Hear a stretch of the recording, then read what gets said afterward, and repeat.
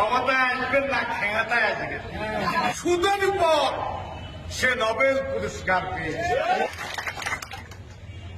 সমবেত ভাইরা,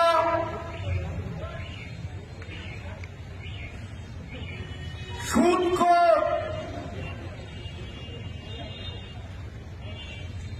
ডক্টর ইউনূস, ওনার সম্পর্কে বাংলাদেশের মানুষ জানে।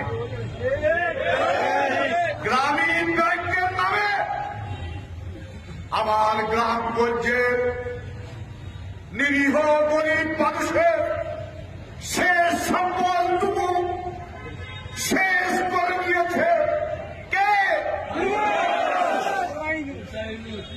না,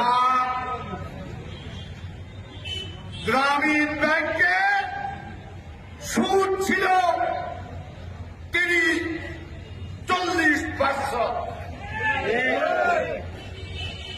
শেষ করে দিয়েছে বাংলার নিরীহ মানুষকে। আজকে তাকে নোবেল পুরস্কার দিয়েছে।